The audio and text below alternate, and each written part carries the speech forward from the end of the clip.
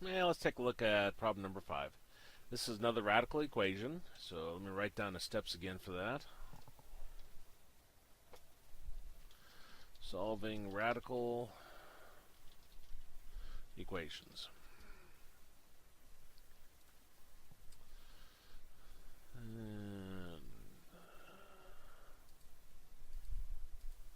Step 1.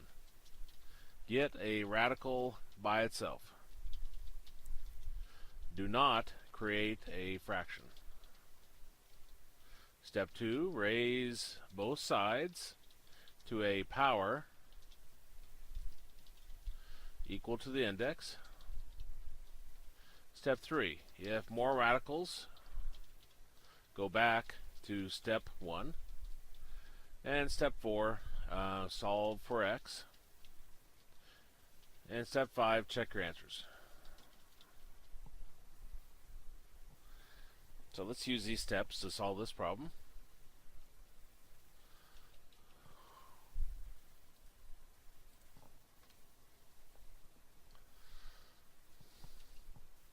So we've got 5 square root of x minus 2x minus 2 equal to 0.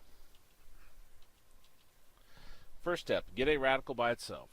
Well, I can take this negative 2x minus 2, move them both to the right side, and we get 5 square root of x is equal to positive 2x plus 2. When you take anything across equals, the sign changes. Now, this is step 1. To get the radical completely by itself, we need to get rid of this 5 in front of it. But if I divided both sides by 5, I'd end up with a fraction on the right side. And my steps specifically say do not create a fraction. So step 2, raise both sides to a power equal to the index. Well, this is a square root, so our index is 2. So we're going to square both sides.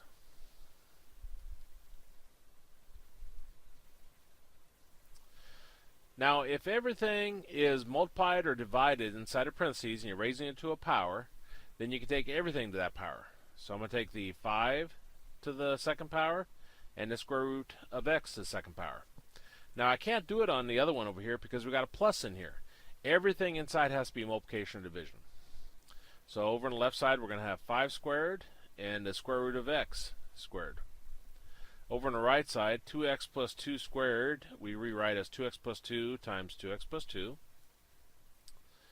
5 squared is 25. When your index matches the power you're raising to, they cancel each other out. You're just left with what's underneath the radical, which is x. 2x times 2x is 4x squared.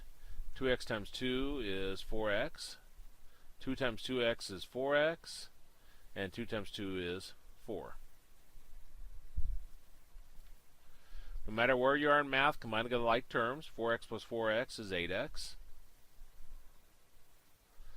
And everything else carries down. Step 3, if more radicals, go back to step number 1. Well, we don't have any more radicals. Step 4, solve for x. Well, this is a quadratic, so we want to get everything over on one side and 0 on the other. Specifically, I like the number before x to the largest power to be positive. So I'm going to take the 25x to the right side.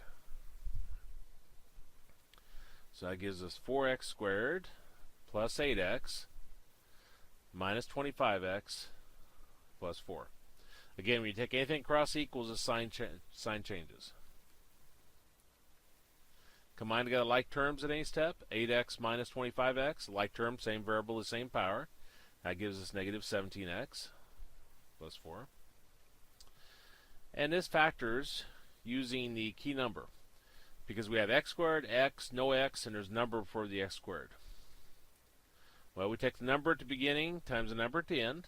So the number for the x squared times the number at the end, constant term.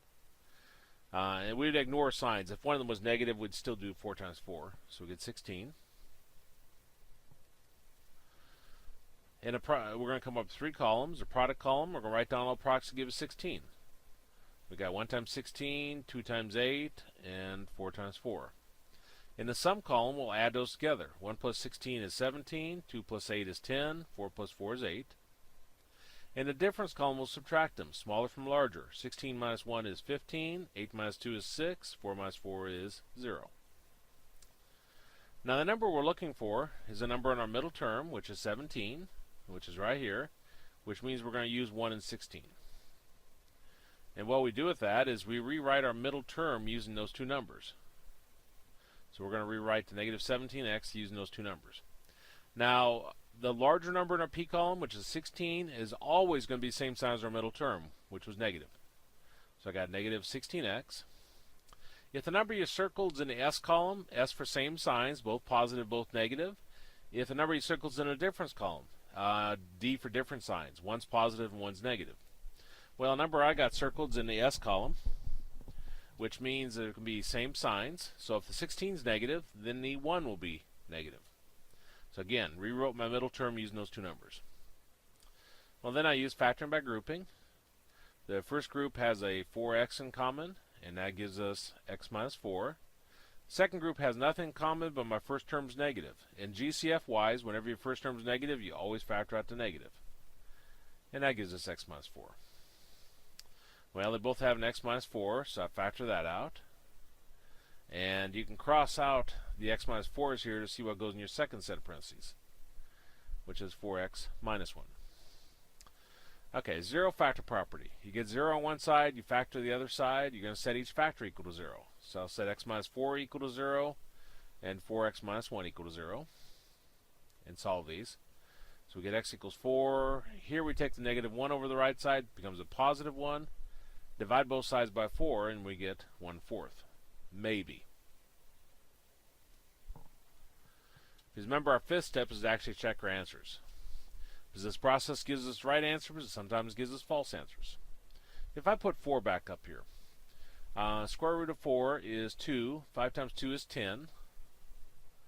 If I put 4 here, 2 times 4 is 8, so I got 10 minus 8 minus 2. 10 minus 8 is 2. 2 minus 2 does give us 0, so that checks. If I put 1/4 up here, square root of 1/4 is 1/2, so I got 5 times 1/2, which gives us 5 halves.